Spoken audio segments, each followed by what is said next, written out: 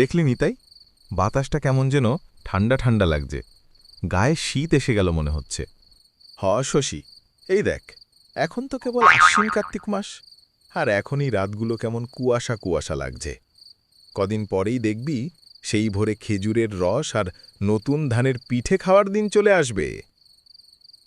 কি হে সাধু বাবা, যাচ্ছ কোথায়? এই তো পূব গায়ে যাচ্ছি একটু। এই সাজির বেলা তোমরা এখানে কি করো? আমি কিছু একটা আঁচ করতে পাচ্ছি, তোমরা কি কোনো গন্ধ পাচ্ছ? হাঁ সাধু বাবা, ডান দিক থাইকা বাচ্চাদের পাতলা পায়খানার ঘ্রাণ এসে নাকে লাগছে। এই ঘ্রাণ বাচ্চাদের পাতলা পায়খানার নয় রে বাছা, এটা কোনো ঘ্রাণ নয় রে পাগলা, এটা পচা দুর্গন্ধ, এটা 1000 বছরের পুরনো কষা পায়খানার পচা দুর্গন্ধ। কি কয় বাবা, কিছু খাইছেন নাকি? এই গ্রামের বয়স হয়নি 1000 বছর।